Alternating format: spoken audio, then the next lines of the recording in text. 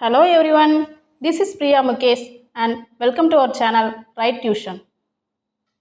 அடுத்து நம்ம பார்க்க போகிறது எக்ஸசைஸ் 3.16ல செகண்ட் சம் பார்க்க போகிறோம். என்ன கொடுத்துருக்காங்க சம் பார்ப்போம். If a matrix has 18 elements, what are the possible orders it can have? What if it has 6 elements கேட்டிருக்காங்க. அதாவது 18 elements இருக்குது. ஸோ 18 elements இருக்குன்னா அந்த மேட்ரிக்ஸை நம்ம எந்த மாதிரி கன்வெர்ட் பண்ணி எழுதலாம் அப்படிங்கிறதான் பார்க்க போகிறோம். ஸோ வேறு ஒன்றும் இல்லை, இது ரொம்ப சிம்பிள் தான். 18 எலமெண்ட்ஸுங்கும் போது நம்ம ரொம்ப கன்ஃபியூஸ் ஆகிடக்கூடாது.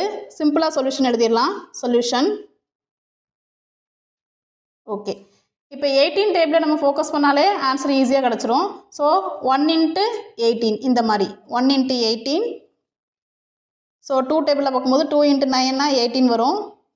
3 டேபிளில் பார்க்கும்போது 3 × 6னா 18 வரும். 4 டேபிளில் வராது, 5 டேபிளில் வராது. நெக்ஸ்ட்டு 6 டேபிள் பார்க்கும்போது 6 × 3 18 வந்துடும். நெக்ஸ்ட் 7 டேபிளில் வராது, 8 டேபிளில் வராது. 9 டேபிளில் பார்க்கும்போது 9 × 2. Next 18 table, so 18 × 1. ஸோ இத்தனை எலமெண்ட்ஸ் இருக்குதுன்னு அர்த்தம். ஸோ இதான் 18 எலமெண்ட்ஸ் இருக்கக்கூடிய மேட்ரிக்ஸ் வந்து இப்படி தான் இருக்கும். 1 × 18, 2 × 9, 3 × 6 அண்ட் 6 × 3, 9 × 2, 18 × 1. நெக்ஸ்ட் அதில் என்னென்ன கொடுத்துருக்காங்க. What if it is has 6 elements கேட்டிருக்காங்க. ஸோ 6 எலமெண்ட்ஸ்னால் என்ன அர்த்தம்னா 6th டேபிள் பார்த்தாலே போதும். ஸோ நமக்கு தெரியும் ஃபஸ்ட்டு 1 × 6. ஸோ 2 டேபிள் பார்க்கும்போது 2 × 3, அடுத்து 3 × 2, அடுத்து 6 × 1. ஓகே, இதுதான் இதோட ஆன்சர்.